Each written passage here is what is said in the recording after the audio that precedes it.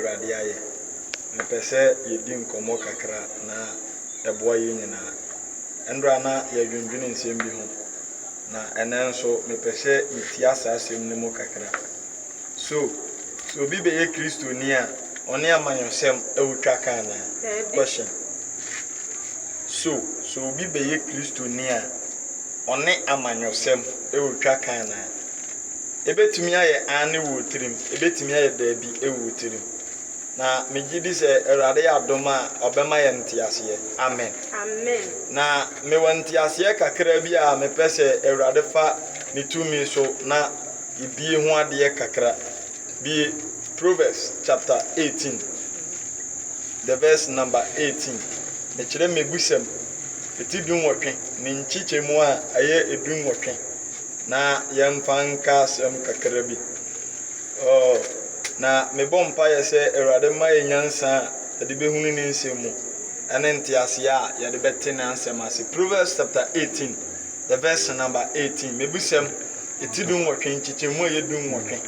Kristo ni ewotwaka ewo amanfo niema omoye mu se ye koto aba ye korari ye campaign ye yese Kristo ni betumi aye biana. Na mebisa kura se ye ka so bi amanyoni a na djuma e wo se oye ene de se unse Awurade asem ka asem bi according to the book of Ecclesiastes o se etwase osenkani bi ana nokra nimde mbada de ase na obumme e kire menim e de kire oman no mbada de ase se be oban no be ye de ebenya nyansa. Hallelujah. Amen. Enti oman ni nyansa enti ene etwase so senkani bi e kasa of a current situation na otumi de yade e kire ade ma oman ne yade e etiase. Now current situation e wo Ghana ana wiase one COVID-19, second abato e wo Ghana me pa jodi ase. Current situation a Ghana ye wom sesi abato ho asem so de ase ana sabre we nsuduru a niyama mienu na yade e ekoso so de ase se obi be wiem anase yede no kora be yede ebe ya adwuma mbada odi ase eni sa eduru sa brewe ya aha na obi eba babu ne nkonta ya to abanu man 4 years ni nyina de na ode yede eheye so odi ase aha na oba babu nkonta o 4 years na onya aba ni nyina no eden na ode yede eheye so odi ase timi nko amadwene de a anka 4 years bia no wa wase ye campaign mbada odi ase every say yeah, Ghana says here woman. Yeah, man, former president of Ghana, John Dramani Mahama. Wabeye bin oyade oko. Mayorias here. And a current president and our sitting government says here a new patriotic party which is MPP. Our leader, another Dankwa Akufo-Addo. Me ba jodias here. Onu nso twa 4 years. So at yasem na se. Endi se Jomama twa no 4. Na another nso twa no 4. Anye anka di obi aye no anu na ebedi ne ho de ye adanse sorry asiye anka hia se nipa keka mu biem sorry asiye mayewe wo ye hu ye sorry asiye masidan we so si ampa ye hu ye matowe ama kurowe mayewe ama kurowe me na misi sa toilet we me na me bobo ma ne mrantia no ame ye sa adwuma we sa ya ampa se wona ye yanka nya wona abeka o. Sorry asiye enke obi na ebedi hu dance ye Yesu oba ebedi na ja hu dance ye onu ansa ni mfiri suru medi no hu dance ye da na dance ye aka nyina nipa na ye de edie de ye hunu ene de ye ate na Jones ye de ye di hu dance ye. It means say Yesu wo ka no kore de ye bia nipa ye de ahunu na ye bona baso wo ho. Sorry asiye ndi nka ba ye MP 4 years ni ye. Sorry asiye say am passe Krodia ya uwo mantamu wa wudi so. Sorry asiye. Be muronu wa wudi so nyina. Sa ya mpasa wa ye bibi wo ma. Masa anka huntu sika mamamfo. Se ya meto aba mawo. Hallelujah. Amen. Mesi sa wa ye bibi ampa. Anka ho. Entua sika awo kokuo. Sa ya mra meto abanya de yi amawo. Sanka wa ye bibi ampa. Anka unko wie nipa mfiri outside Ghana. Emo me registration say edura ento aba mawo. So ade asem na se. Eni eya na me hwedin a ade na eya na ya mawraho. Aye nipa ye di amanyosamachi. Sorry asie menka se ntoaba ana menka se nkyere wa adwene menka se party bi ya na party bi nye enye no wasam na meka sorry asie ba nukura dia eni omumu enwo asam ne ya de yeka so Constitution of Ghana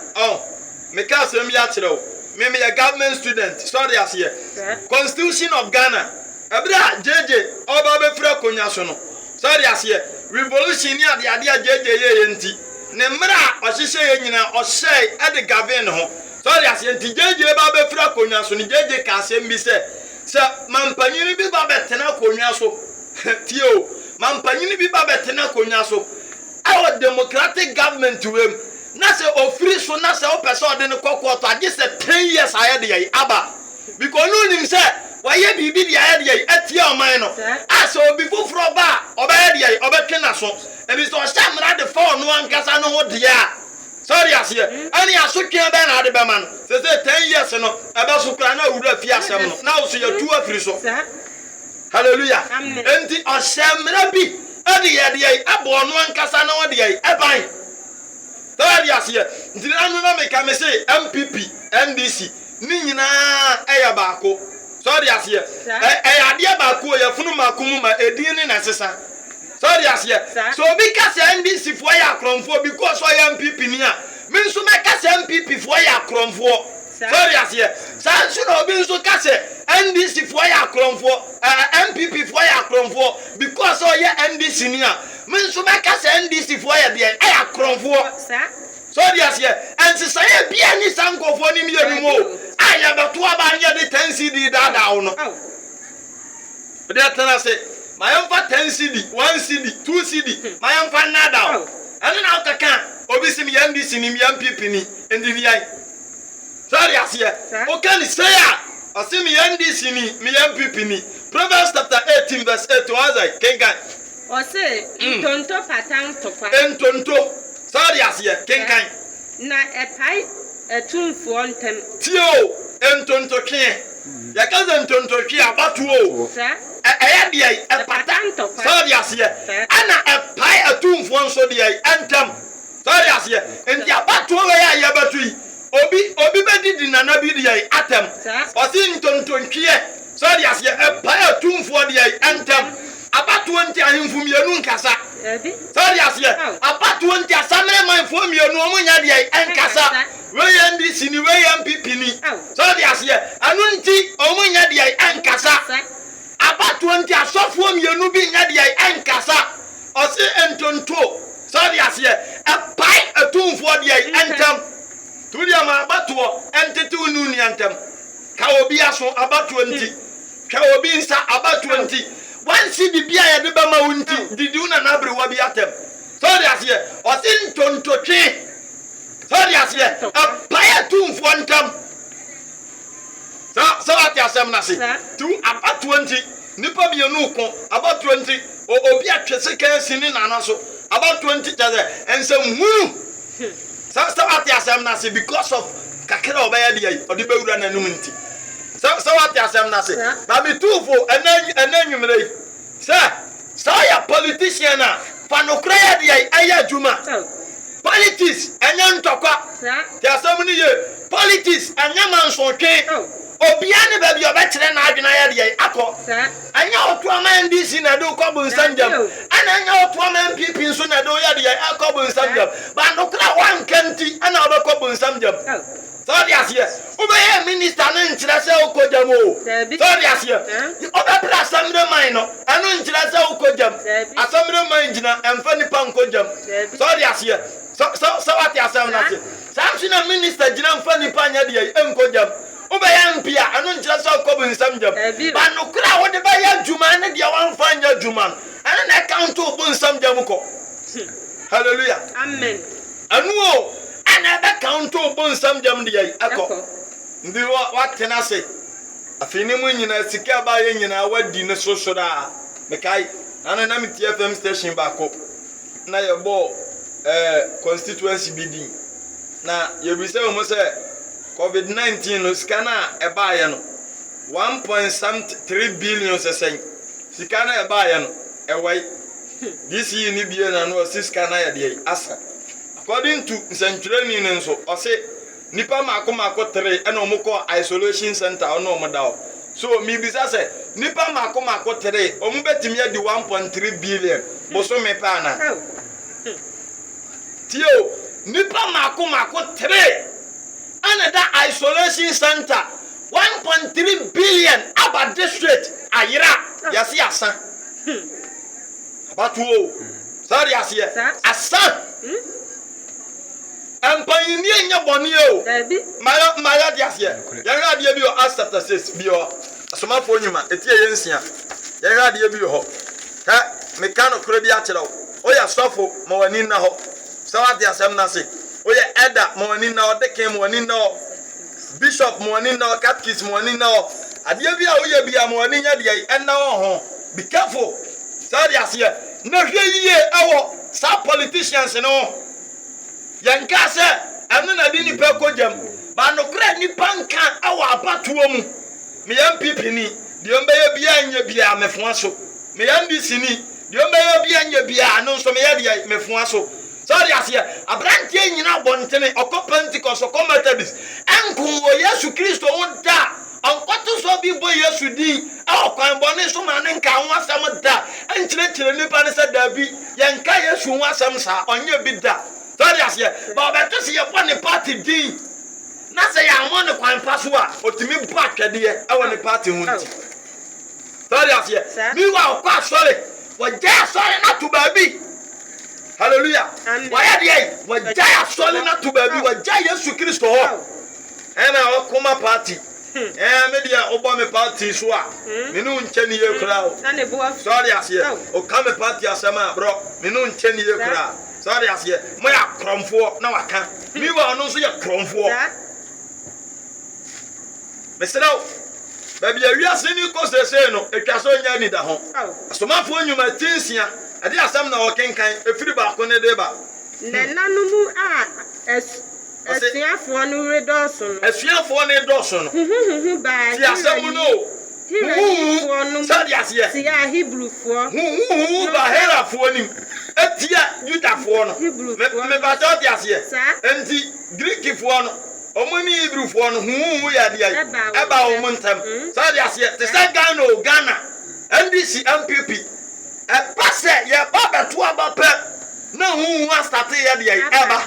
Sorry, your politician, the reason why politics are that no. Politician be ha or NDC ni. Obekom na na yire nso ya MPP ni pure.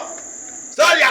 and NDC ba o didi, MPP ba nso ya de o didi. Na ya ti asie no mo buya nkwase ya. Sorry, your contractors be bre Ghana. Na yire NDC ni. Na yire NDC ni o MPP ni onu mo nso ya NDC ni. Sorry, adini no mo di ya dwumo. Sorry asie enti ne yire kan bi e wo mu MPP ono nso ka bi e wo mu NDC enti se MPP lusu a anka no NDC lusu a no so anya de anka no kwasiafo ya wa beto aba mo mu nti anka no sorry asie ono ya adwuma nso a ontua oka sorry asie ebi abatu a anya wo prepare ye se ye be ye kwan ye be si hospital abatu mo sorry asie abatu mo ana ye kwan abatuom ne yesi hospital abatuom an ye be we center ne ade abatuom abatuo time sari asie ntimi bisa se satama yenya nkai ho sa ye beto aba na MP no ni adwene bia so be ye bibia bo man na sari asie ye to aba ma MP bi wa tenkranko a 4 years ne so a ana o sa ye de eba na chi nkranko 4 years in so dia osaba no be dan no atenam so what asem na so be dan no aye de tenam masaba biem mo hwe na mo mfa me nko de etoso mienu na me gidi se de etoso mienu no mo de meko a ensesaye be ye de ebeba ye gusu aye adwuma wa ha toilet we ye ne yesie ekwan we ye ne ye so what asie adwuma we ye ne ye adwuma we ye ne ye Ghana o no kreka enya djuma e o politics no kreka enya bia enya djuma e o politics mesrawo ba bia wo bia no menka sento oba sorry asie abato anya bone nanso bo mondini unu se o wode no kreka ana ya de aya adwuma